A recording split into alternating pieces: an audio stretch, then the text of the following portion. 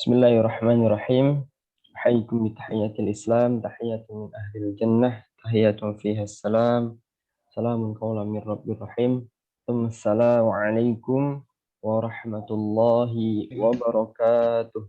Waalaikumsalam warahmatullahi warahmatullahi wabarakatuh. wabarakatuh. Alhamdulillahilladzi biyadihil azimatul umur wa maqaliduha wa biiradatihi husulil asbab wal musabbabati wa mafatihiha wa tabaraka man lam yushrikhu fil khalqi wal rizqi wa tatbiri ahadun minal alamin wa ashhadu an la ilaha illa dhidda wa la dhahir wa la mu'in amma ba'd. قال الله تعالى في كتابه الكريم أعوذ بالله من الشيطان الرجيم بسم الله الرحمن الرحيم لقد كان لكم في رسول الله أسوة حسنة لمن كان يرجو الله واليوم الآخر وذكر الله كثيرا. Alhamdulillah, Bapak Ibu jamaah salam subuh, insyaallah dirahmati Allah Subhanahu wa taala. Adalah kita senantiasa panjatkan puji syukur kita kepada Allah Subhanahu wa taala yang telah memberikan kita banyak kenikmatan, nikmat iman, nikmat Islam, nikmat ihsan, serta kenikmatan-kenikmatan yang lainnya yang sepatutnya kita senantiasa bersyukur kepada Allah Subhanahu wa taala. Salawat berbingkaikan salam semoga tetap tercurah pada uswah hasanah kita Nabiullah Muhammad sallallahu alaihi wasallam yang kelak kita nantikan syafaatnya di yaumil qiyamah. Alhamdulillah, pada kesempatan kali ini kajian Islam Subuh LPP AIK Huamka pertemuan yang ke-163. Betul ya Pak Fajri? Alhamdulillah, pertemuan yang ke-163 insyaallah pada kesempatan kali ini kita akan membahas mengenai kepribadian Rasulullah Shallallahu Alaihi Wasallam, kepribadian Nabi Muhammad Shallallahu Alaihi Wasallam yang akan disampaikan oleh Ustadz Muhib Rashidi MAhum, Wakil Dekan 3 dan 4 Fakultas Ilmu-Ilmu Kesehatan Universitas Muhammadiyah Profesor Dr. Hamka. Untuk mempersingkat waktu kepada beliau Ustadz Muhib Rashidi, waktu dan tempat kami persilahkan. Baik, terima kasih Rafli. Bapak Ibu, saya mulai. Assalamualaikum warahmatullahi wabarakatuh. Waalaikumsalam warahmatullahi wabarakatuh. Alhamdulillah, syukurillah, salatu wassalamu ala rasulillah wa ala alihi wa sahbihi wa ala. Alhamdulillah, pagi hari ini kita bisa dipertemukan kembali dalam rangka belajar, tentu sama-sama belajar. Kita belajar tentang sirah nabawiyah, khususnya berkaitan dengan syahsyatur Rasul, yakni kepribadian Rasulullah. Dan untuk itu pula, tentu kenapa ini menjadi penting dan kita selalu pelajari, karena kita hari-hari ini sebenarnya mencari formula hidup tentang pendidikan, gimana cara pendidikan yang benar, tentang ekonomi bermasalah, gimana cara berekonomi yang benar, cara menalar diri kita juga kadang-kadang kemudian menjadi keliru, gimana menjaga perasaan yang benar. Hari ini lisan kita susah dijaga, bahkan di medsos itu isinya buzzer, jadi bahkan kalau kita perhatikan di Twitter misalnya, itu umumnya lebih dari separuh isinya K-pop, sekitar 40-30% itu isinya buzzer. Jadi orang yang benar itu mungkin hanya 5-10% saja isinya. Nah, ini yang menjadi problem yang perlu kita pelajari. Sebenarnya gimana cara yang benar, formula untuk membangun peradaban yang baik dalam hal berkomunikasi itu. Nah, untuk itu hari ini kita akan belajar tentang bagaimana kalam Nabi, ya, ini bagaimana cara Nabi, gaya Nabi dalam berbicara. Kita tidak belajar tentang uslubnya. Kalau uslub bahasa itu saya kira tidak cukup satu pertemuan, karena itu nanti uslubnya panjang. Karena kita tahu Nabi Muhammad itu min afsahin nas, orang yang dianggap paling fasih dalam berbahasa Arab.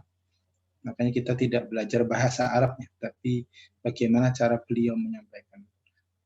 sesuatu itu yang kita pelajari. Nah, saya izin share Bapak Ibu. Ini yang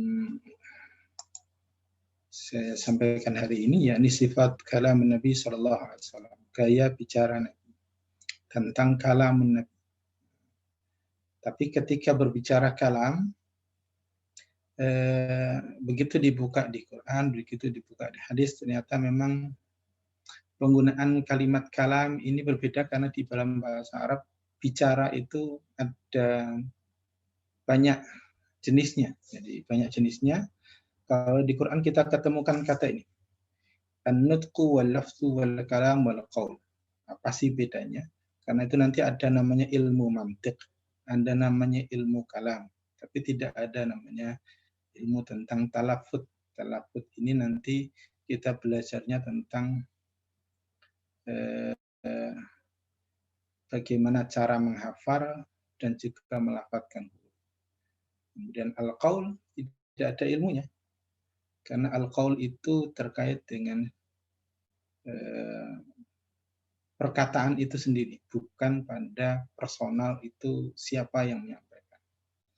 Dan itu kalau kita baca di dalam Al-Quran, misalnya tentang an-nutqu, tentang wa ma yantiqu anil hawa.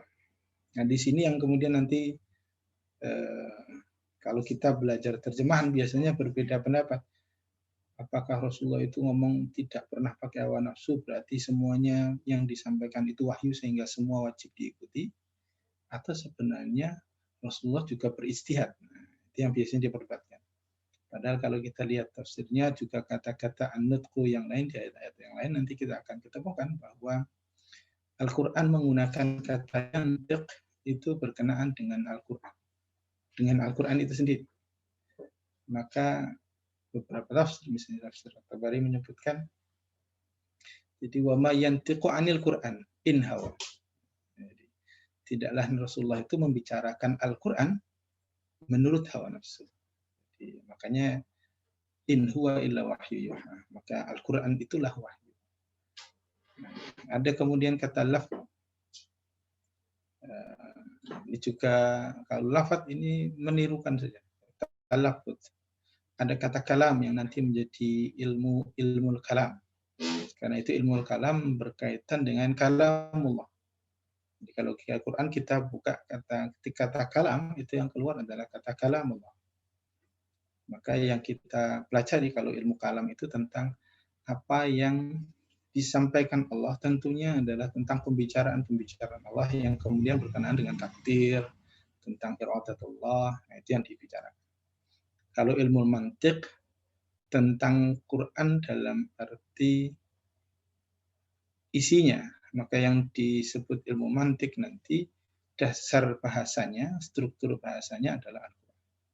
Kenapa alaihimu di dalam surat Al-Fath, itu nanti dibahas dalam ilmu mantiq.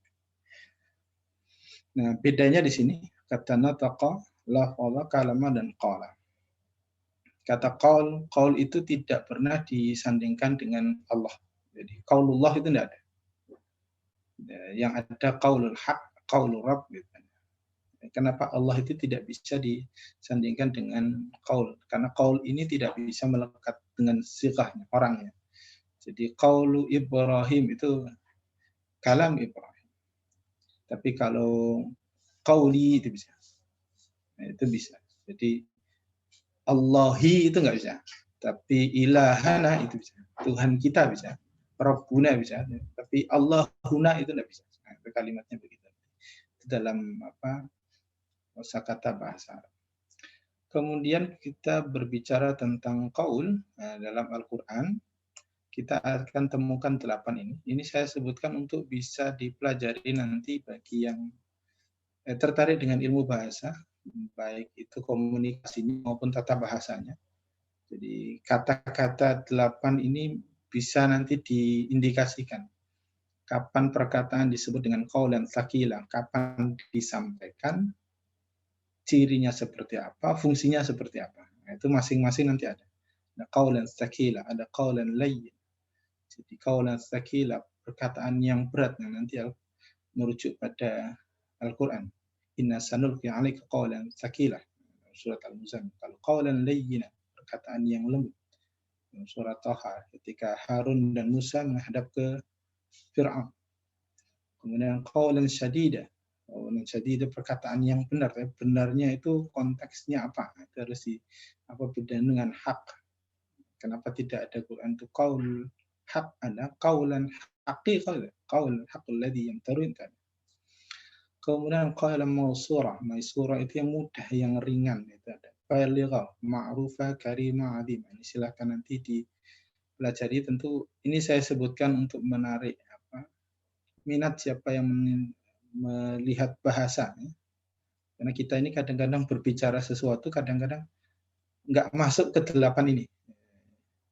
Yang kalau nggak masuk ke 8 ini, jangan-jangan kita masuk ke ayat yang ke-2 atau ketiga di surat Al-Mu'minun. Dalam kalimat anil lagwi mu'ridun, al-lagwu, jadi bicara yang sia-sia. Nah, bagaimana Nabi berbicara di dalam Al-Quran itu? Nah, sebelum nanti kita lihat contoh-contohnya atau hadisnya, kita temukan dalam 3 ayat yang menyampaikan tentang bagaimana gaya Nabi berbicara atau pembicaraan yang Nabi sampaikan. Misalnya dalam surat Ali Imran, "Fabima rahmatin minallahi linta lahum." Rasulullah itu bicaranya lembut. Walau kunta faddan ghalidhal qalbi lan faddu min hawlik. Rasul itu tidak bicara dengan kasar, dengan keras. Andai kata itu yang dilakukan, tentu orang-orang akan menjauh. Nah, itu yang kemudian disampaikan Al-Quran tentang sosok Rasulullah yang kalau bicara itu lembut. Nanti kita lihat bahkan kepada orang yang kasar, Nabi tetap berbicara lembut. Kita itu kadang-kadang sama orang kasar yang ikut kasar. Nabi itu pada orang kasar balik lembut. Kemudian wama yantiqu 'anil hawa ini juga menjadi bagian dari kalam Nabi karena tentu pertimbangan Nabi adalah wahyu. Bahkan seringkali Nabi ketika ditanya itu kemudian diam, tidak menjawab karena belum ada wahyu turun. Nah, itu yang kemudian nanti jadi bagian dari perkataan Nabi. Karena itu pertimbangannya adalah wahyu. Kemudian wama 'allamnahu sya'ra. Nabi tidak pernah diajarkan Allah tentang syair. Biasanya ayat ini dipakai sebagai orang yang nggak suka dengan seni. Padahal ayat ini sebenarnya menunjukkan bahwa Nabi karena tidak diajari syair, Nabi bukan penyair. Tapi Nabi punya para penyair. Jadi sahabat-sahabat yang ditunjuk sebagai penyair itu ada. Karena itu Nabi tidak pernah mengharamkan syair. Jadi Nabi tidak diajarkan oleh Allah tentang baca dan tulis. Kemampuan menulis itu.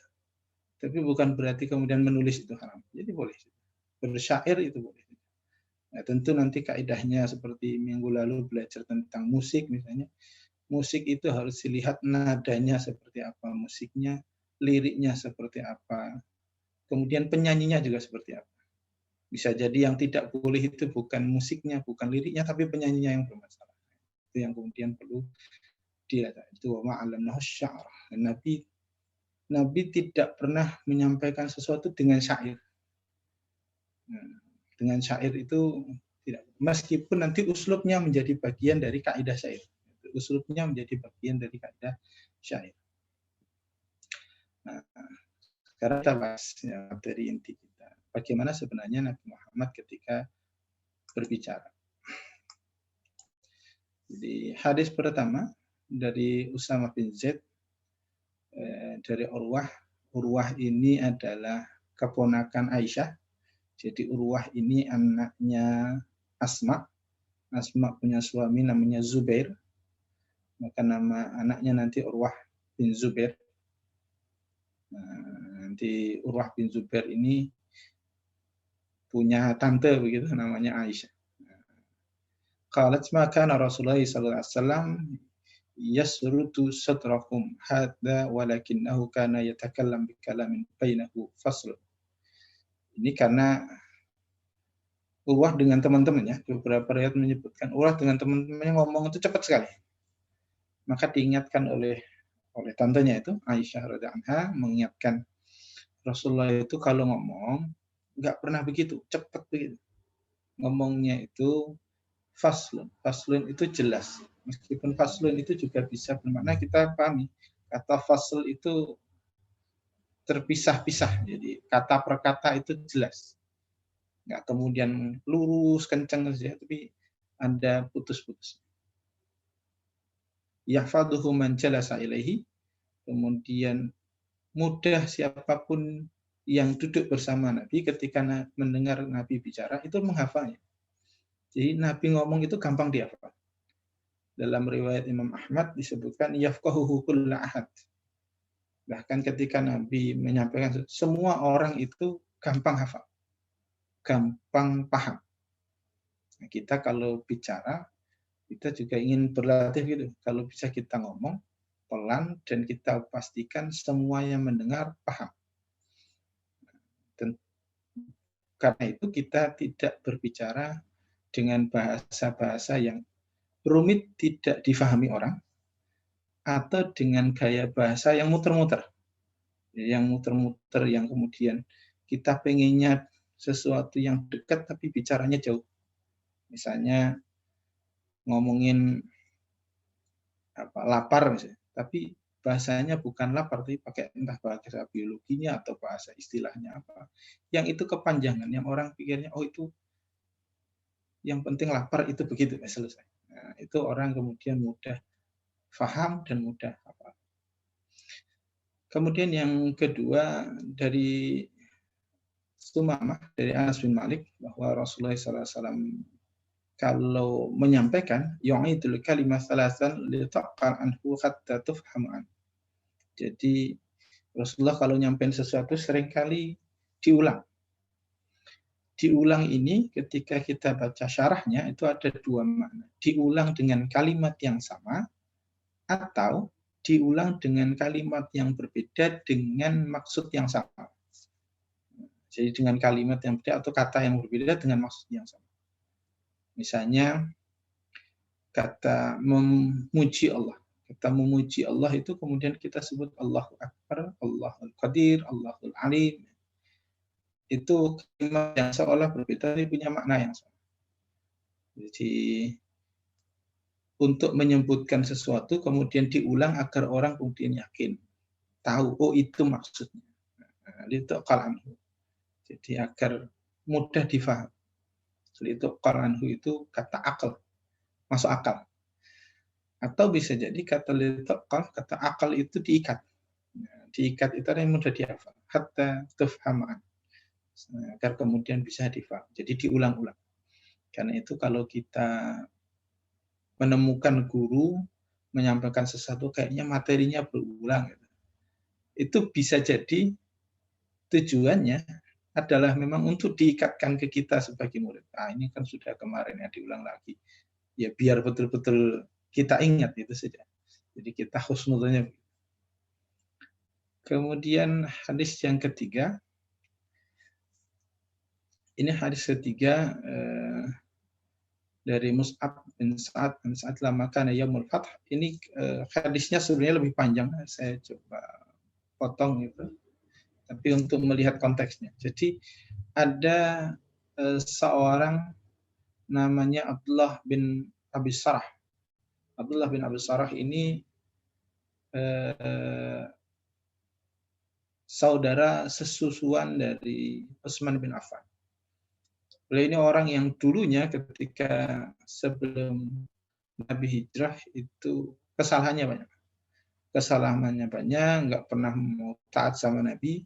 Begitu Fathu Mekah, dia ini termasuk orang yang dicari-cari karena kejahatannya banyak, dicari-cari. Ketika Fathu Mekah, maka Abdullah bin Abi Sarah ini sembunyi di rumah Utsman karena saudaranya. Jadi saudara sesusuan. Minta kepada Utsman untuk bisa menyelamatkan dari Nabi. Jadi bisa dimaafkan. Kemudian Utsman bawa dia kepada Nabi, kemudian bilang kepada Abdullah bin Abi Sarah, bayatlah dia, bayatlah Rasulullah itu. Kemudian ya Rasulullah, ini Abdullah, bayatlah dia. Tapi ternyata Abdullah bin Abi Sarah ini nggak mau, jadi nggak mau baiat, masih toleh gitu, masih bingung mau baiat apa enggak gitu. Maka kemudian akhirnya Rasulullah kemudian menyuruhnya pergi. Jadi menyuruhnya, beberapa riwayat mengatakan dimaafkan, beberapa riwayat kemudian mengatakan nantinya akan dihukum. Tapi tidak sampai riwayat ini menunjukkan hasilnya. Jadi itulah para ulama kita kadang-kadang tidak menunjukkan sebenarnya orang yang salah ini ujungnya dimaafkan atau dihukum, seolah memang semua kesalahan itu tiap orang yang salah berhak untuk beristighfar, meminta ampun.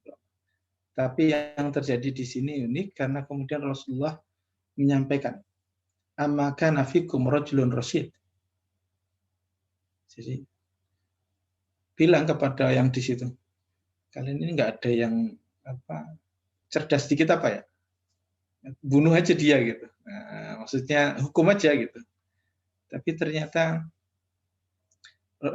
Umar bin Khattab, dalam riwayat itu Umar bin Khattab yang kemudian tanya, ya Rasulullah, kau nggak berikan isyarat apapun ke kami. Gitu. Maka Rasulullah menyampaikan, la yanbaghi nabiyyin an takuna lahu kha'inatul a'yun.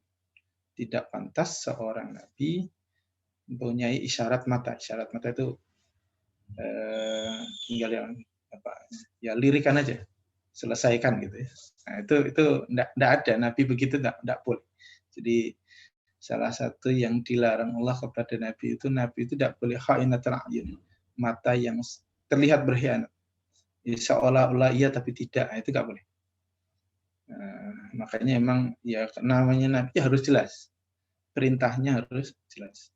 Nah, beda kalau di kita kadang-kadang pemimpin, raja atau presiden itu kan kadang-kadang cuma bilang tolong diselesaikan. Itu diselesaikan itu bisa ujungnya bukan hanya dihukum tapi ujungnya bisa kematian.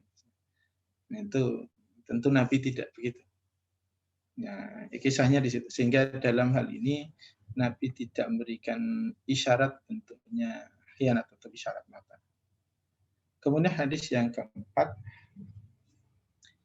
ini tentang yang tadi saya sampaikan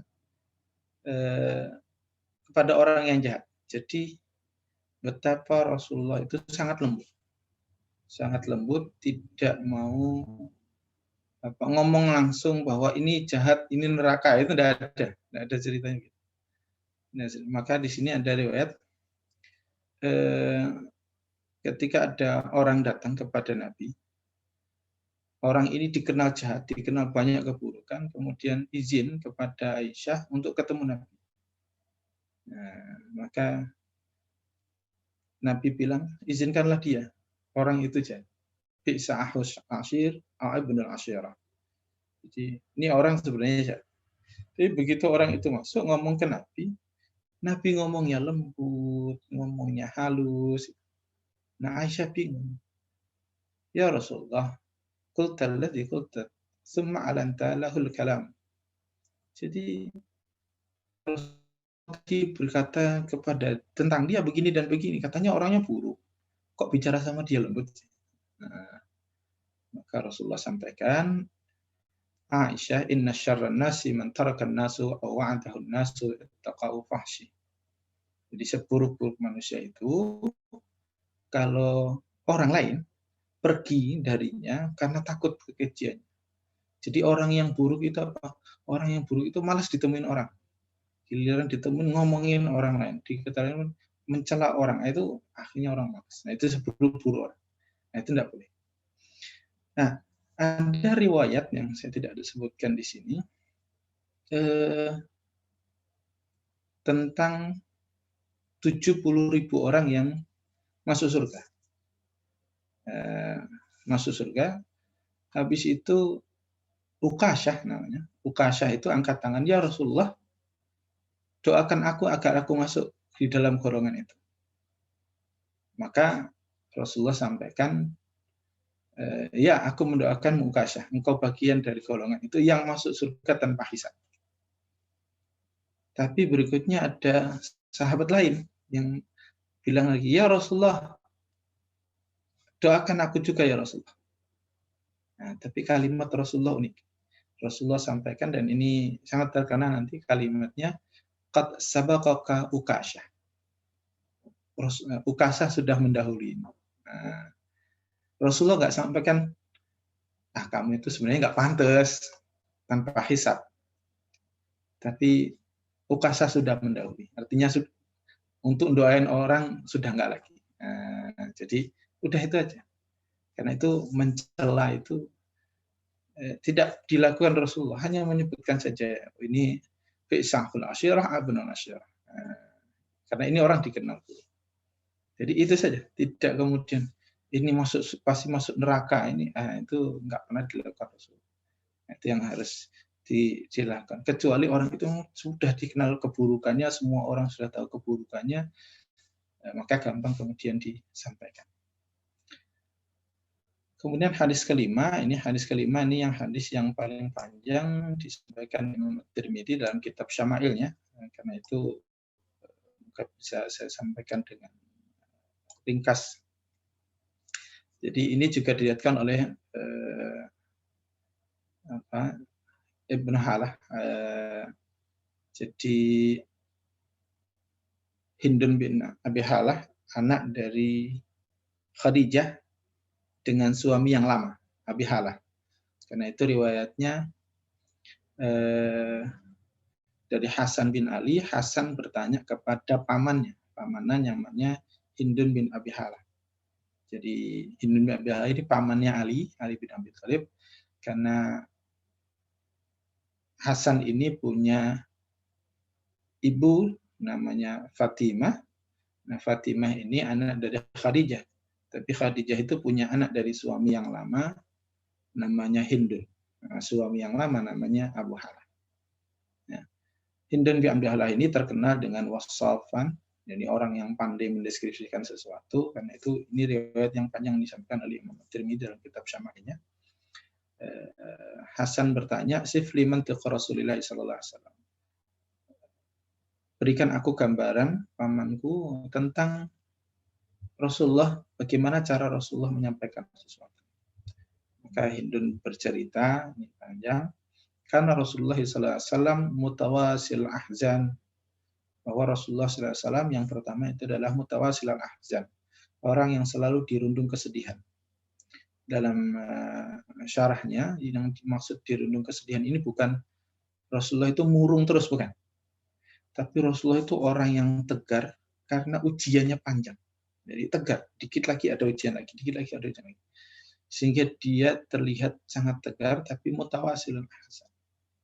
Jadi selalu banyak kesedihan. Karena itu riwayatnya nanti berbeda pendapat apa yang dimaksud ahzan ini. Apakah memang ujiannya yang bertubi-tubi atau ketegarannya. Tapi tidak disebutkan Rasulullah itu selalu bersedih. Karena memang Al-Quran sendiri melarangnya, wala tahaf wala tahzan. Jadi tidak boleh takut dan tidak boleh. Kemudian da'imil fiqrati laysat lahul rahah. Rasul itu orang yang selalu berpikir, jarang punya kesempatan istirahat. Jadi beda dengan kita mungkin, seringnya istirahat, jarang berpikir. Itu mungkin begitu. Kemudian tawilul sak, lebih banyak diam. Rasulullah itu lebih banyak diam. Jadi enggak dikit-dikit komentar, dikit-dikit ngeser, dikit-dikit ngomong gitu ya. Lebih banyak diam. La yatakallamu fi ghairi hajat. Nah, jadi tidak berbicara kecuali memang ada hajatnya. Maka nanti kita dapatkan Rasulullah itu seringkali hadis itu su'ila an rajul. Jadi Rasulullah seringnya ditanya. Jadi enggak ujuk-ujuk nyampein sesuatu. Jadi harus ada hajat. Bahkan dalam beberapa kalimat misalnya Imam Ahmad bin Hanbal menyampaikan begini. Jadi ilmu itu kalau disampaikan pada orang yang tidak membutuhkan berarti menelantarkan. Jadi ilmu itu kalau disampaikan kepada orang yang tidak membutuhkannya berarti menelantarkannya. Berarti dia telah melantarkan ilmu. Karena itu sampaikan ilmu kepada yang memang betul-betul butuh. La yatakallamu fi ghairi hajah. Kemudian yaftatihul kalam wa yahtimuhu bil Bismillah ta'ala. Rasulullah memulai dan menutup pembicaraan itu dengan Bismillah, dengan menyebut nama Allah. Ini menandakan bahwa tidak bicara itu keluar kecuali ingin diridhoi Allah. Jadi nggak ngomong, tapi pertimbangan ngomong itu adalah Allah ridho atau enggak. Ini benar menurut Allah atau tidak. Itu pertimbangan. Wa yatakallamu bi jawami'il kalim. Rasulullah juga berbicara dengan jawami'il kalim. Jawami itu yang ringkas, padat. Bahkan di dalam salah satu hadis Rasulullah pernah menyampaikan, ini terkait dengan khutbah Jumat. Jadi min amikil mar'i man kana khutbatuhu man kana salatuhu atwalu min khutbatihi. Di antara tanda alimnya seseorang adalah orang itu sholatnya lebih panjang dari khutbahnya. Itu nggak kita ketemu hari sholat. Jadi meskipun kita tidak tahu, ini juga ulama berbeda pendapat apakah ini sholat Jumat atau sholat atau maksudnya seluruhnya. Artinya orang kalau ngomong itu ya pendek, yang panjang itu sholatnya. Nah, kalau kita tidak bisa khutbahnya lama, nah sholatnya pendek. Itu kadang-kadang kekeliruan, tapi kita berlatih jawami'ul kalam, ngomong yang padat, ringkas. Annahu lam yakun yadhummud dawab wa la yamtahu. Bahwa Rasulullah itu kalau diberikan makanan tidak pernah mencela atau langsung memuji. Nah, ini susahnya hari ini kita kalau makanan itu pasti komentar, belum beli sudah komentar, ini enak apa enggak, ini mahal apa enggak, itu sudah kepikiran. Tapi Rasulullah tidak pernah komentar makanan. Jadi suka ya dimakan, nggak suka ya ditinggal, nggak perlu dikomentari. Makanya riwayat yang unik itu ketika Sa'ad bin Abi Waqqas menyodorkan dzab gitu. Ya, mirip hewan, mirip biawak, tapi biawak Arab. Tidak sama dengan di sini sebenarnya. Ditunjukkan, tapi ketika ditanya, jadi nanya ke Nabi, ya Rasulullah, boleh nggak makan ini? Makanlah. Nabi nggak makan. Tapi untuk menunjukkan lagi, ini sebenarnya Nabi suka apa enggak? Nah, ini sudah tahu halal, boleh, tapi Nabi suka apa enggak? Nanya lagi ke Nabi, ya Rasulullah, engkau enggak makan? Apakah engkau tidak suka makanan ini? Nah, ini susah kalau disuruh komentar, itu susah. Maka Nabi mempunyai kalimat yang unik. Nabi mengatakan innahu laisa min ardi qaum. Nah, binatang ini enggak ada di kampungku. Nah, udah itu aja. Jadi komentar Nabi cuma itu. Bukan bilang ini enggak enak lah, ini jelek, ini apa enggak. Nabi cuma bilang, nah, itu enggak ada di kampungku. Nah, itu bisa jadi cara kita nanti kalau misalnya kemana disuguhi makanan, kita tahu ini enggak enak gitu ya. Kita bilang, itu kayaknya enggak ada di kampungku. Ya, itu bilang gitu enggak apa-apa. Itu kalau ngikut Nabinya dengan niat yang salah ya. Tapi cara Nabi begitu. Nabi enggak kemudian mengomentari makanannya. Nabi hanya bilang, makanan itu enggak ada di kampung. Nah, itu saja yang dilakukan Nabi. Kemudian wala tughbidhu dunya. Nabi tidak pernah marah dalam persoalan dunia wala makana lah, atau dengan urusannya. Jadi entah apa barangnya yang rusak atau barangnya kesenggol orang atau apa, udah nggak perlu ribut urusan itu. Nggak perlu urusan itu diributkan. Tapi faida tu'atil haq lam yakum li ghadabi syai'in hatta yantasirullah. Tapi kalau kemudian yang terjadi adalah pembelokan kebenaran, jadi maka Nabi langsung marah. Tidak pernah tidak marah sampai hal itu hilang. Kalau soal kebenaran. Jadi kalau soal kebenaran dia langsung marah. Kalau bukan soal kebenaran, soal urusan dunia. Ini juga ada kisah dari Ibnu Sirin. Ibnu Sirin itu dalam suatu ketika dia punya madu, karena Ibnu Sirin itu pedagang. madu, kalau kita katakan itu mungkin satu kontainer gitu ya, satu tempat gede itu terdapat bangkai tikus kecil. Ketika terdapat bangkai tikus kecil itu karena semuanya dibuang. Semuanya dibuang. Orang heran, padahal itu kan kalau bangkainya itu dibersihin, madunya masih banyak, masih bisa dipakai. Tapi dibuang semua. Besoknya, karena di pedagang, Ibnu Sirin itu pedagang, ada seorang yang beli barang, dia ngakunya sudah bayar, karena merasanya sudah bayar. Tapi Ibnu Sirin bilang, ini orang belum bayar. Padahal bayarnya berapa sih? Hanya 2 dirham. 2 dirham, yang kalau dibandingkan dengan madu tadi ya bisa beberapa dinar, ini hanya 2 dirham. Orang-orang itu bertanya kepada Ibnu Sirin, ya Ibnu Sirin, kemarin aku lihat engkau membuang banyak hartamu padahal itu kesalahannya sedikit. Tapi hari ini engkau mempersoalkan hal yang kecil. Bukankah kalau orang itu soal hanya belum bayar 2 dirham bisa kamu ikhlaskan? Ibnu Sirin mengatakan, wallahi tentang harta yang aku miliki aku tidak pikirkan itu. Tapi tentang kebenaran bahwa dia belum bayar, aku harus terus sampaikan. Karena kalau itu salah, berarti aku membiarkan dia dalam kesalahan. Nah, itu cara berpikir para ulama. Jadi kalau urusan pribadi sudah, tidak apa-apa. Jadi kalau ini sudah urusan kebenaran, ya harus bilang. Wala yaghdab li nafsi, Nabi tidak pernah urusan dengan marah dengan persoalan pribadinya, mau direndahkan apa. Bukan urusan kita. Idza asyara bikaffihi kullah. Rasulullah itu kalau memberikan isyarat dengan telapak tangannya keseluruhannya. Jadi bilang yang sana, itu bukan yang sana nunjuk tangan begini, tapi dengan telapak tangan terbuka. Itu beberapa riwayat begitu. Kalau di Jam' as-Shalah, Ibnu Qayyim itu mengatakan Nabi itu sering berisyarat itu dengan kedua tangannya. Bukan satu tangan, tapi kedua tangannya. Kemudian wa idza ta'jaba qalbah. Kalau kemudian Rasulullah itu takjub, kagum pada sesuatu, maka begini ya. Jadi subhanallah itu. Jadi kalau orang Arab itu begitu.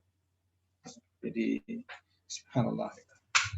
Wa idza tahaddasa ittasala bihi. Kalau menyampaikan sesuatu, Rasul itu sering menggabungkan begini.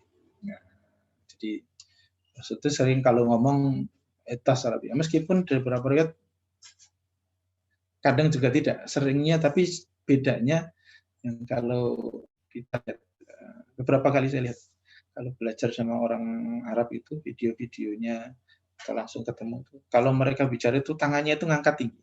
Kalau kita bicara, kalau yang kuliah di Arab rata-rata di Timur Tengah pasti nanti terbiasa tangannya itu ngangkat tinggi. Kalau orang Indonesia nggak bicara itu ya diem aja, tangannya itu kadang diem itu bisa. Nah. Kemudian wadaraba birahatil yumna batna ibhamihil yusra. Rasulullah itu menepukkan atau meletakkan tangan yang kanan itu di atas jempol yang kiri. Nah, ini dalam psikologi nanti saya tunjukkan. Jadi kalau kita secara psikologis itu bisa diukur. Kita kalau begini, yang jempol kanan itu di luar apa di dalam. Nah, jadi di jempol ini di luar apa di dalam. Nah, itu nanti membedakan. Kalau Nabi yang kanan di luar. Meskipun semuanya punya keutamaan, tidak kemudian berarti yang lain jelek. Kemudian wa idza ghadiba arda asyah. Kalau Rasulullah itu marah atau tidak suka, ya Rasulullah berpaling. Kemudian wa asyah. Asyah ini saya coba cari terjemahnya dan ternyata ada yang mana memalingkan dan kemudian pergi. Tapi lebih tepat asyah, kata syah itu artinya sedikit atau cepat. Maka kata arada wa asyah itu Nabi berpaling tapi enggak lama. Enggak lama itu maksudnya Nabi marah itu ya enggak terlalu lama, marah berhari-hari, marah berjam-jam. Ya marah ya bentar selesai. Wa idza fariha ghadda tarfah. Kalau tersenyum atau gembira itu matanya agak nutup. Jadi Tertawa ya tertawa serius sekarang. Kita tertawa kan kadang-kadang ada orang kalau tertawa itu bahkan sampai terpejam matanya. Julla dakhikit tabassum. Nah, karena tertawa dengan penuh senyum, yaftaru mithli habbil ghamam. Kalau Nabi tertawa itu beliau tersenyum lebar sampai gigi gerahamnya terlihat. Nah, ini yang tadi. Jadi kalau Rasulullah itu yang paling sini, itu Rasul. Yang paling kanan Rasul. Tapi yang kiri juga ada bagusnya, yang tengah juga ada bagusnya. Cuma memang kalau dilihat secara psikologis, maka wajar Rasulullah itu berpikir out of the box. Dia orang yang biasanya mikirnya tidak satu alur saja. Bahwa cerdas, ya iya. Yang ketiga-tiganya juga memiliki kecerdasan, kebaikan. Tapi caranya berbeda. Dan nanti orang itu kalau berpikir out of the box itu nggak boleh semua. Ada memang orang yang harus jalannya lurus sesuai dengan tracknya. Karena kalau semua out of the box, maka manajerial rusak. Jadi harus ada yang berpikir, tapi harus ada yang manajemen yang dia menjalankan barang ya sesuai dengan jalurnya. Itu manusia beda-beda. Nah, secara kesimpulan di sini, bahwa cara Nabi bicara pelan, tidak buru-buru, mudah difahami, bahkan dihafal, mengulang beberapa kali agar mudah dipahami, tidak berisyarat dengan khianat. Nah, jadi nggak boleh isyarat yang keliru, kemudian kalimatnya singkat penuh makna, tidak kasar dan merendahkan, kemudian memulai dan mengakhiri dengan zikir, dan yang terakhir memahami kebutuhan lawan bicara. Dan ini nanti disinggung banyak ulama, tapi hadisnya nggak satu, makanya nggak saya sebutkan. Salah satu yang paling sering disebutkan para ulama adalah dengan kalimat afdhalul a'mali Allah. Nah, jadi kalau kita ketik di hadis itu afdhalul a'mal, itu Nabi Muhammad jawabannya beda-beda. Kadang Nabi nyebutnya taqwallah wa husnul khuluq. Kadang Nabi nyebutnya jihadun fi sabilillah. Kadang Nabi nyebutnya birrul walidain. Jadi beda-beda. Para ulama pensyarah menyebutkan bahwa bisa jadi Nabi mengerti lawan bicara ini sebenarnya butuhnya apa. Sehingga ada sahabat yang kemudian datang ke Nabi minta nasihat, nasihatnya cuma satu, la takut. Nah, itu bisa jadi Nabi tahu bahwa orang ini pembangun. Nah, jadi itu yang kemudian Nabi paham tentang lawan bicara itu. Saya kira itu. Mohon maaf jika ada salah kurang. Ya, masih ada beberapa menit. Kalau masih ada pertanyaan, silakan ada tambahan jauh lebih baik. Terima kasih. Saya akhiri. Assalamualaikum warahmatullahi wabarakatuh. Waalaikumsalam warahmatullahi wabarakatuh. Jazakallah khair atas penyampaian dari Ustadz Muhib Rashidi. Baik Bapak Ibu sekalian dan teman-teman Jamaah Zumiyah, kami mengundang para Bapak Ibu dan teman-teman Jamaah Zumiyah, jika ada pertanyaan ataupun masukan, dipersilahkan.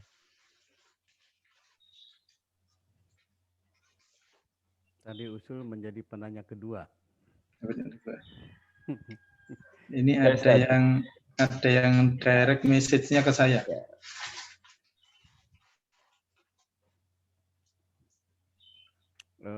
Kalau tidak ada, boleh penanya pertama ya. Boleh Kang, silakan. Terima kasih. Assalamualaikum warahmatullahi wabarakatuh. Waalaikumsalam. Rasulullah itu, kalau melihat Rasulullah itu secara pribadi saya melihat dari dua sisi ya.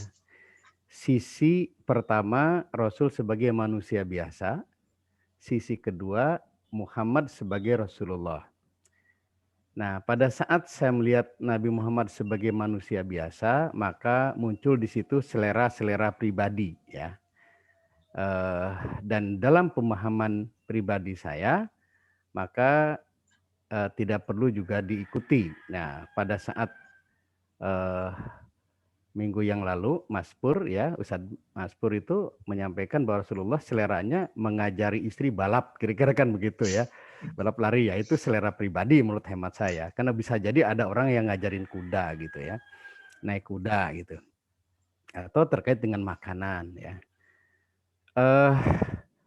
Saya mohon penjelasan dari Ustadz Muhib. Kan kita mengenal di Al-Quran itu ada di surat Ali Imran ayat 104 ya. Kan ada khair dan ma'ruf ya. Wallahu ya apa? Gimana? Wal takum Yad'una minkum 'alal khairi wa wal ya'muruna bil takum ma'ruf. minkum ummatu yad'una ilal khair wa ya'muruna bil Ya'muruna bil ma'ruf. ma'ruf ya. Khair dan ma'ruf itu kan sama-sama kebaikan, tapi khair bersifat universal, ma'ruf bersifat lokal, kira-kira begitu. Nah, artinya gini, ma'ruf dalam kapasitas di Mekah berbeda dengan ma'ruf di Indonesia kan gitu. Karena yang dikenal di Mekah itu kebaikannya, yang dikenal di Indonesia ini kebaikannya. Nah, pertanyaan pertama gini, pertanyaan ini ada dua nanti pertanyaannya. Kira-kira bisa nggak kita melihat Nabi dalam hal kebaikannya dalam pandangan ma'ruf? Nah, kira-kira begitu. Nabi berbuka pakai korma, di Indonesia pakai pisang. Nah, kan gitu ya. Itu adalah, saya pikir itu kebaikan yang ma'ruf ya. Sama-sama buka, tapi selera Nabi adalah korma, selera kita adalah pisang. Misalkan gitu ya. Nah, ini jangan sampai timbul pemahaman bahwa apa yang menurut engkong ya, semua yang terjadi pada Nabi itu yang harus diikuti. Kan kira-kira begitu. Padahal ada sisi-sisi kemanusiaan Nabi yang memang berbeda dengan kita dalam hal ma'ruf tadi. Satu. Yang kedua, kalau kita lihat sejarah Nabi, Nabi itu menurut hemat engkong lebih banyak interaksinya dengan sahabat daripada zikirnya gitu. Ya. Zikir dia malam ya, tapi siang itu pagi dia setelah sholat duha open house sampai zuhur. Setelah zuhur kemudian dia belusukan. Nah, kemudian asar dia olahraga dengan keluarganya, kemudian dia maghrib ke masjid, kira-kira kan begitu sejarahnya. Nah, pertanyaannya begini. Bagaimana Nabi menempatkan zikir sebagai ibadah individual gitu kan ya, dan interaksi sebagai ibadah sosial, kira-kira begitu. Sebab begini, saat ini banyak ustadz ya yang mengajarkan zikir, padahal menurut hemat engkong zikir itu bukan berarti salah, tapi adalah ibadah egois. Ya, kenapa? Karena dia hanya ingin masuk surga sendiri, kan gitu ya. Kalau misalkan kita ini ingin masuk surga bareng-bareng, yaitu namanya amal soleh. Nah, kira-kira begitu. Berarti harus kita menggeser zikir itu bukan zikir duduk kemudian membaca ribuan-ribuan, tapi zikir di mana kita berbuat untuk umat. Nah, kira-kira dalam kehidupan Nabi itu banyak zikirnya di masjid itu atau banyak diskusinya, kira-kira begitu ya dengan sahabat. Terima kasih. Assalamualaikum warahmatullahi wabarakatuh. Waalaikumsalam. Ini harus dijawab dulu sebelum yang lain. Ya, dipersilakan Ustaz. Jadi begini, Kang. Jadi kalau ditanya, mungkinkah kita bisa memisahkan posisi Rasulullah, kapan beliau menjadi Rasul, kapan beliau menjadi sosok manusia? Sangat mungkin, dan para ulama sebenarnya sudah memberikan banyak formulasinya, dan bahkan para sahabat pun sebenarnya sudah melihatnya langsung. Jadi Nabi Muhammad itu diikutinya adalah dengan maqasidnya, bukan hanya dengan fisiknya, apa yang nampak saja.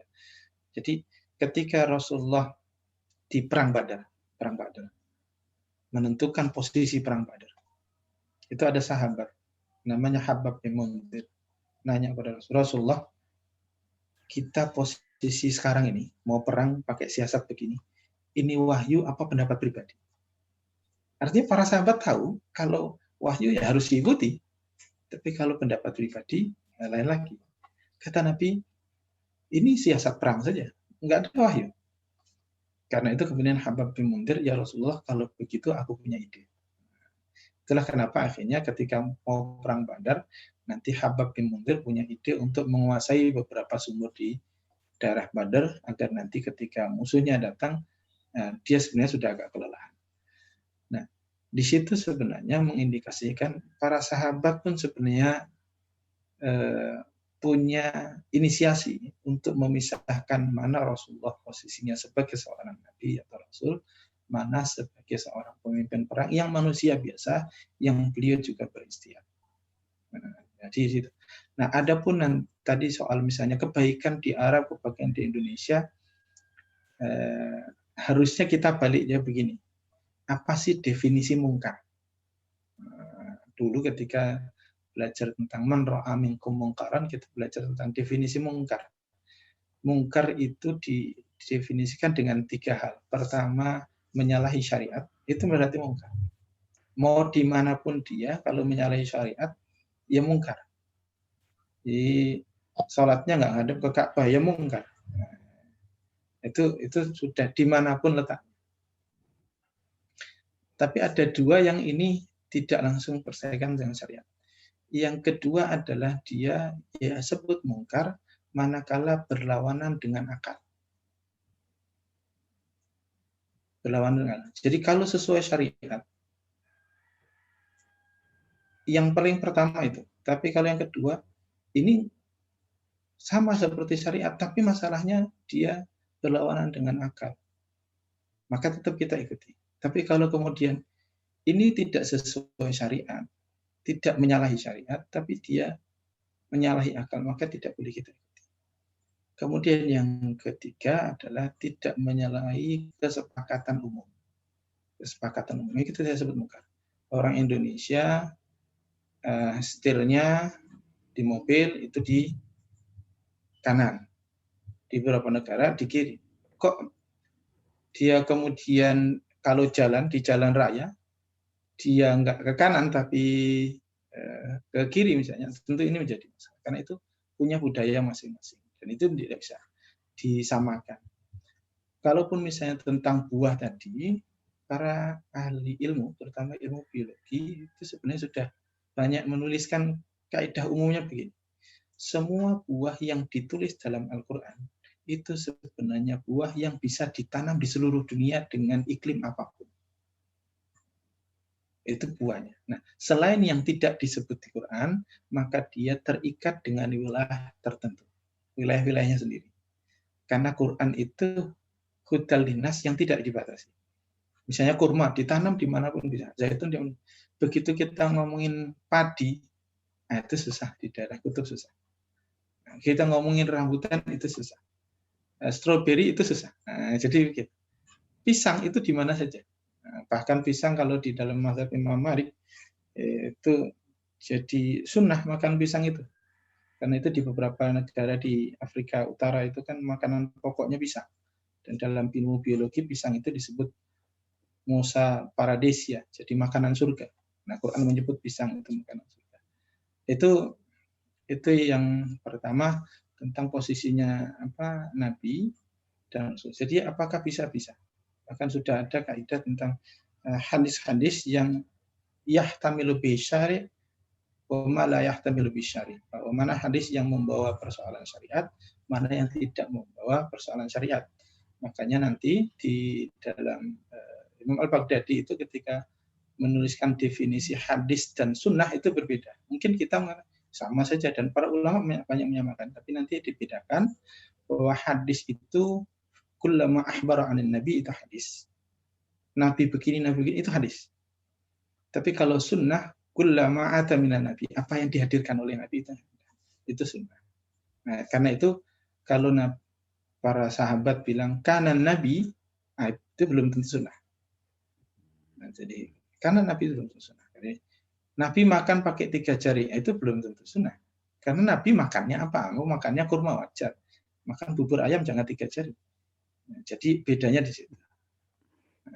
Itu karena profilingnya atau bentuknya bukan Nabi menghadirkan ini, tidak.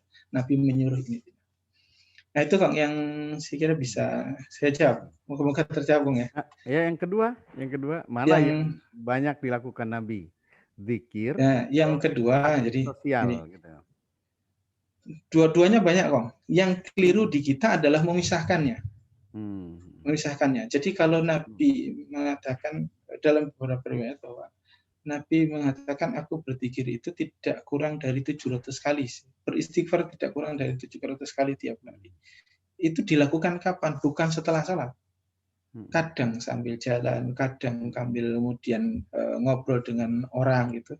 Nah, ini memang bedanya kita di Indonesia dengan di luar negeri. Jadi kalau di luar negeri misalnya nyapa orang, gimana kabarnya, baik selesai, kita kan gitu.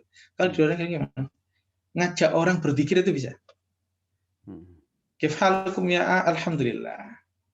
Nah, jadi ngucapin alhamdulillah itu bisa berkali-kali gitu. Nah, cuma kalau kita kan enggak.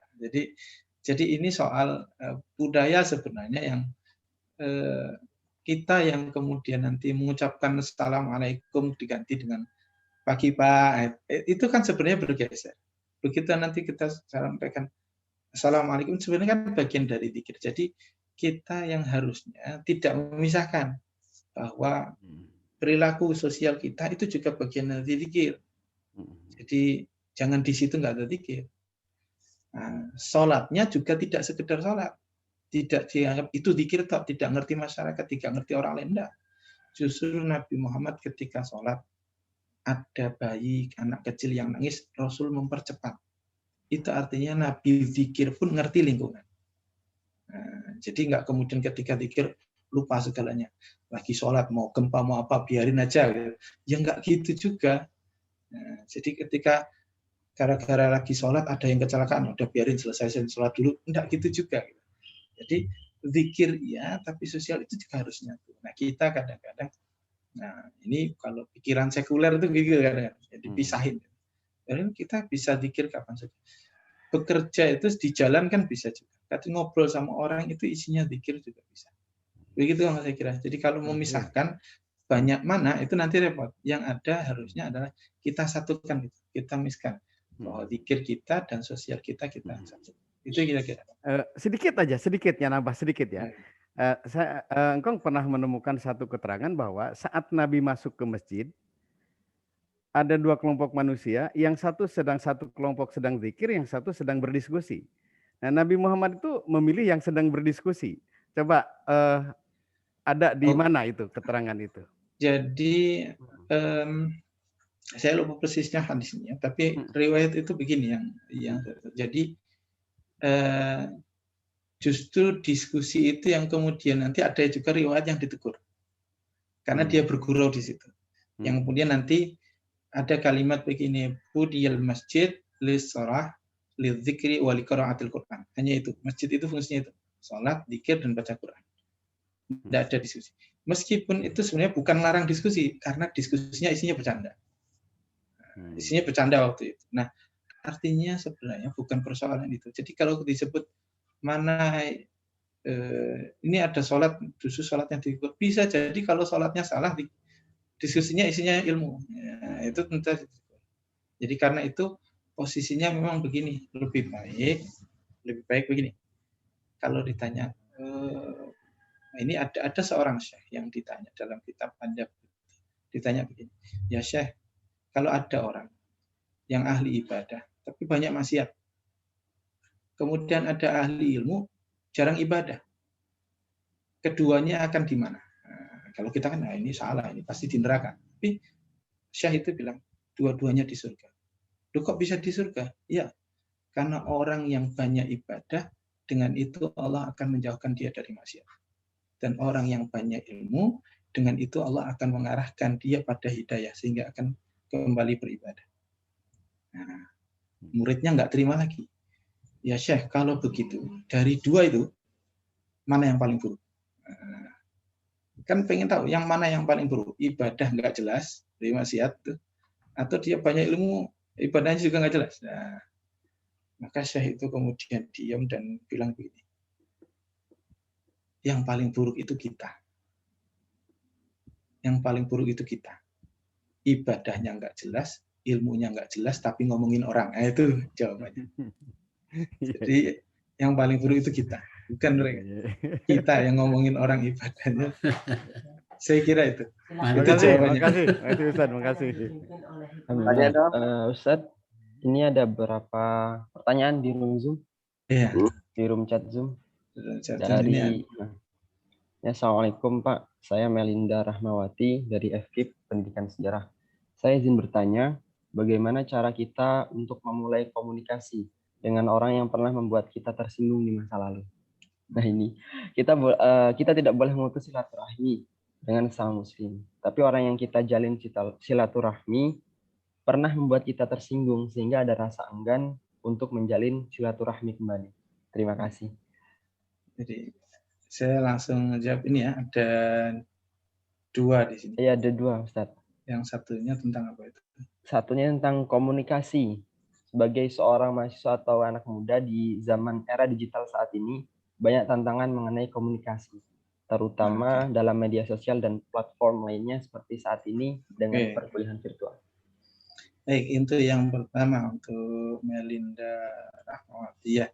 Jadi kalau ada orang yang pernah menyinggung perasaan kita, kalaupun memang kita bisa ketemu dan bisa berbuat baik, ya sudah silaturahmi saja. Tapi kalau kita enggak bisa ketemu, orangnya jauh gimana, ya sudah enggak perlu. Jadi tidak perlu, yang penting kita maafkan. Jadi kita sudah maafkan. Nah, yang keliru biasanya gini, dimaafkan sih sudah, tapi dilupakan enggak. Itu yang keliru. Dimaafkan sih sudah, dilupakan. Itu sebenarnya belum memaafkan. Ya maafkan ya sudah. Ya sudah selesai. Bahwa orang itu pernah punya salah, ya sudah pasti. Setiap orang pernah punya salah. Jadi tugas kita memaafkan. Jadi Ali Zainal Abidin, cicit Rasulullah itu orang yang tahu persis ketika keluarganya dibantai di Kerapal.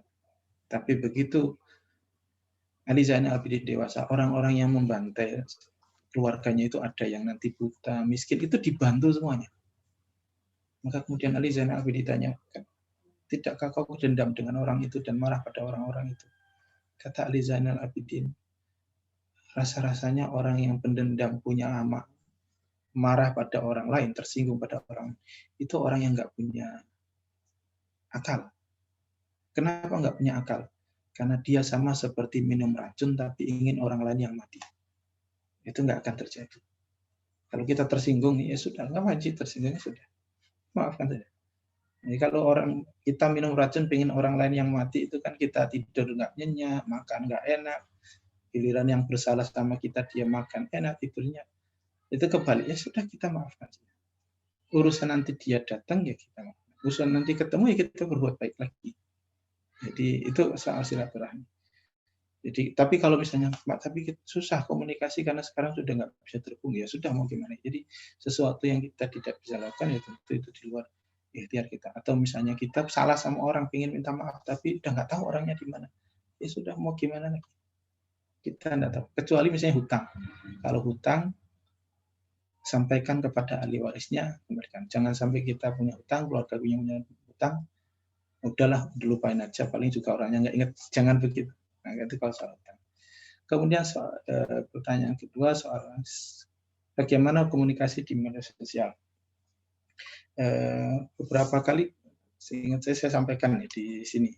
Kalau mau menyampaikan di media sosial, perhatikan minimal 6 hal. Minimal 6 hal.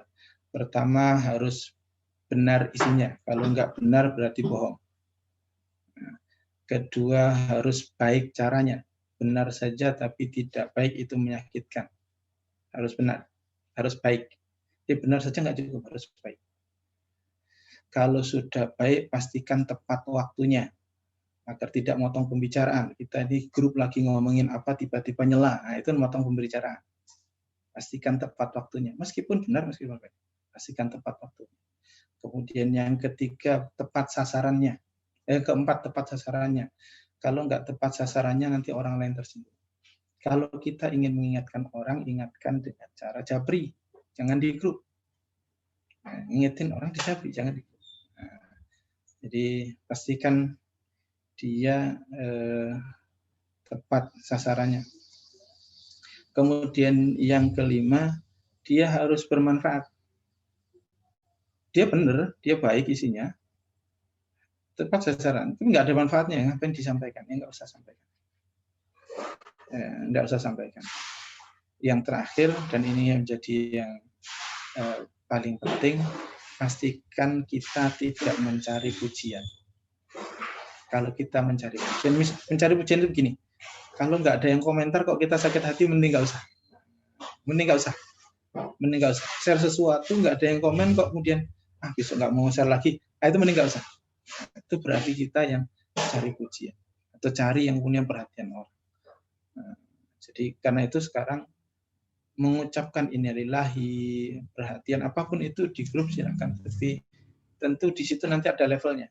ada yang levelnya memang bentuk empati, ada simpati, tapi ada yang sekedar eksistensi, ya itu beda-beda. Nah, itu kalau dilacak nanti bisa sebenarnya kita melacak, tapi tentu ilmunya tentang ilmu komunikasi nanti dibahas di situ.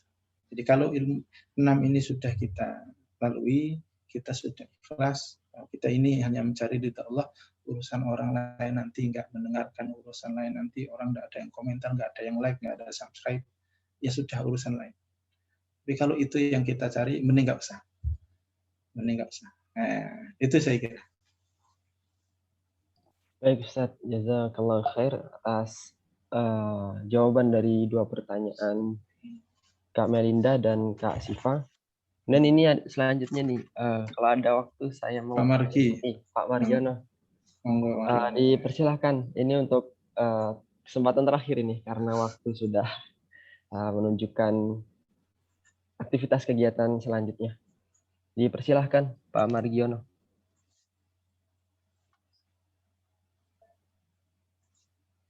Belum on mic Pak Margiono masih. Oke. Terima kasih Pak Ustadz. Saya baru tahu kalau pandang Surahman itu sekuler ya, bisa memisahkan mana Nabi sebagai Rasul. Sorry pandang Surahman. Gini Pak, biasa sama pandang Surahman Bang. Gini, tadi di hadis ketiga, kalau tidak salah ada istilah baiat. Pada zaman dulu kan ketika orang mengikuti Nabi mesti berbaiat, gitu ya Pak Pak Ustadz. Nah pada posisi saat sekarang kita meyakini, karena jujur saya didatangi beberapa orang, diskusi banyak, Bapak belum berbaiat lah, belum. Nah ini teknis berbaiat, mohon penjelasan baiat itu definisi pada zaman Nabi dan sekarang itu bagaimana? Jika iya, apa teknis baiat itu? Itu Pak Muhib. Baik, terima kasih Pak Margi. Jadi tentang kata baiat, jadi kata baiat sebenarnya hanya persoalan persetujuan dan pengakuan. Urusan teknisnya tentu macam-macam. Dan para ulama sebenarnya memberikan klasifikasi nanti pada posisi tertentu. Misalnya begini, apakah perlu membaiat seorang pemimpin dengan cara datang, hadir, kemudian memastikan ketemu orangnya? Ternyata tidak. Karena memang kalau zaman itu kaum muslimin masih sedikit, maka perlu dipastikan mana muslim, mana tidak. Dan sebenarnya banyak yang nanti para sahabat itu dia muslim tanpa membaiat kepada Nabi langsung, tapi muslim lewat keluarga-keluarganya, dan itu banyak terjadi. Karena itu baiat itu hanya soal pengakuan. Nah, adapun baiat yang kemudian nanti terjadi pada beberapa perjanjian, misalnya Baiatul Aqabah itu, yang di situ kalau Baiatul Aqabah pertamanya 12 orang, nanti itu Baiatul kedua itu 75 orang itu ada beberapa perempuan yang beberapa riwayat menyebutkan Nabi Muhammad membaiat perempuan itu hanya dengan isyarat, jadi tidak bersentuhan tangan. Jadi artinya itu hanya soal pengakuan. Nah, kalau hari ini bagaimana? Hari ini ketika kita nyoblos itu berarti kita sudah mengakui. Kemudian hari ini ketika diberitakan itu sudah mengakui. Karena itu baiat ini tidak kemudian dibentukkan secara real, langsung ketemu, bersalaman, tidak begitu lagi. Jadi bentuknya tentu, dan memang dalam kaidah usul kita harus bisa membedakan al-ibrah itu bi umumil lafzi la bi khususis sabab, atau bi khususis sabab la bi umumil lafzi. Jadi yang kita ikuti itu adalah maksudnya, kontekstualnya, atau teksnya. Jadi dalam beberapa hal ketika kemudian dunia ini berubah, yang syariat itu sebenarnya tidak lagi bisa dilakukan, maka yang kita ikuti adalah konteksnya, bukan teksnya. Misalnya cara Nabi haji itu tidak ada satupun hari ini bisa meniru. Karena Nabi haji itu di atas unta. Nah, nggak bisa lagi kita. Nah, Nabi haji itu di atas unta. Sahabat yang kemudian jalan. Tentu kita tidak begitu. Tapi kita ngikutin konteksnya. Jadi konteksnya seperti apa? Sama seperti lempar jumrah itu ketika sebelum tahun 80-an, sebelum tahun 90-an yang terjadi kecelakaan, yang kemudian banyak yang meninggal terinjak-injak itu, yang kemudian akhirnya lempar jumrah itu yang awalnya tiang diganti tembok besar dan sekarang bertingkat dan waktunya diperpanjang, itu adalah idenya dari Atha bin Abi Rabah, seorang ulama tabi'in yang bilang Nabi itu sebenarnya pengen lempar jumrah qabla zawal. Tapi Nabi bisa nyuruhnya pada zawal. Nah, di dalam fikih lama, umumnya mengatakan lempar jumrah itu bagusnya pada zawal. Tapi Atha bin Abi Rabah mengatakan, enggak, sudah boleh dan bagus juga sejak pagi. Hanya saja Nabi nunggu nggak datang-datang para sahabat. Nah, itu baru bisa dilaksanakan. Itu tahun 1990-an. Baru bisa terlaksana. Jadi idenya Imam Atha bin Abi Rabah 1000 tahun lebih baru bisa terlaksana. Karena melihat konteksnya. Jadi baiat itu juga sama saya kira Pak Arki. Jadi dulu dengan sekarang tentu beda. Cara milihnya beda. Menentukannya beda. Nah, saya kira begitu. Jadi intinya adalah soal pengakuan. Oke, makasih. Sama-sama. Baik, jazakallah khair atas pertanyaan dan jawaban dari Pak Margiono dan Ustaz Muhib. Ini karena Margiono membaiat siapa itu? Nah, lalu ceritanya lagi. Pak dan Surahman mau saya baiat ya. Biar nggak sekuler. baik, terima kasih Bapak Ibu dan teman-teman jamaah Zoomiyah Kalam Subuh. Alhamdulillah kita di penghujung acara. Ini ada beberapa chat yang masuk, katanya udah ada yang memberikan pertanyaan pada Ustaz Muhib. Mungkin sekaligus closing ya Ustaz. Saya coba cek dulu. Tadi yang panjang ini ada sih. Oke, tapi ini jadi begini. Ini yang tadi direct message ya, dari message yang ke saya tentang bagaimana menangkal hoax. Menangkal hoax ya. Jadi hari ini memang kita bagaimana menangkal hoax. Nanti pelajari di surat Al-Hujurat itu ayat 1 sampai ayat ke-7. Itu nanti panduannya jelas. Di awal kita harus tahu panduannya bahwa kita tidak boleh mendahului Allah dan Rasul-Nya. Nah, itu penting. Kemudian yang kedua, kita tidak boleh meninggikan suara daripada kebenaran. Tidak boleh lebih tinggi daripada Rasul. Artinya, kalaupun ada kabar bagus, jangan langsung dipuji. Ada kabar buruk, jangan langsung dicela. Nah, ditunggu dulu. Kemudian kalau kita punya ilmunya, di ayat berikutnya, yakni tentang tabayun. Kalau kita tidak punya ilmunya, maka kita pakai ayat yang satunya, yakni bersabar. Jadi kalau ada ilmunya bertabayun, kalau tidak ada ilmunya bersabar. Bersabar.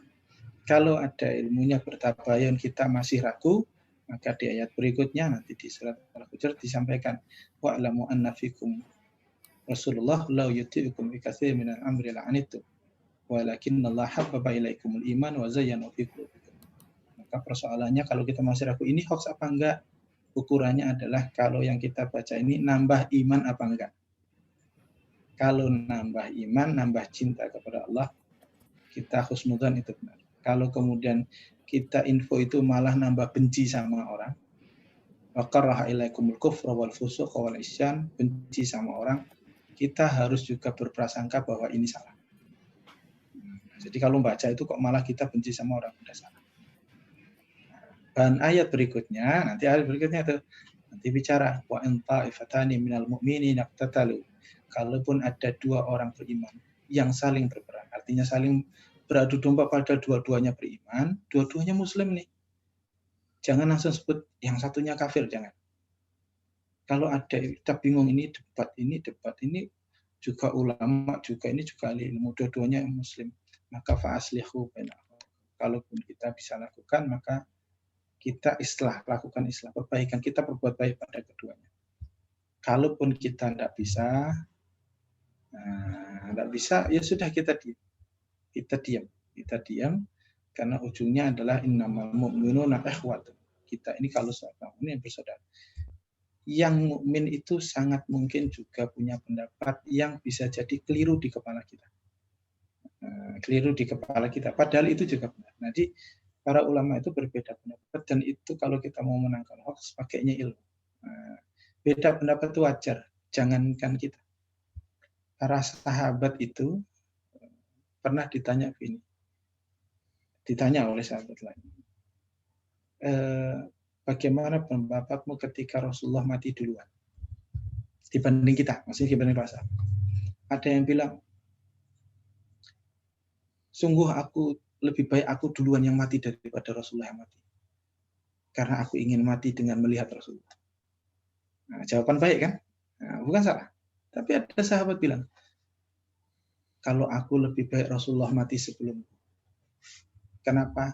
Li'an usaddiqahu maitan kama usaddiqahu hayyan.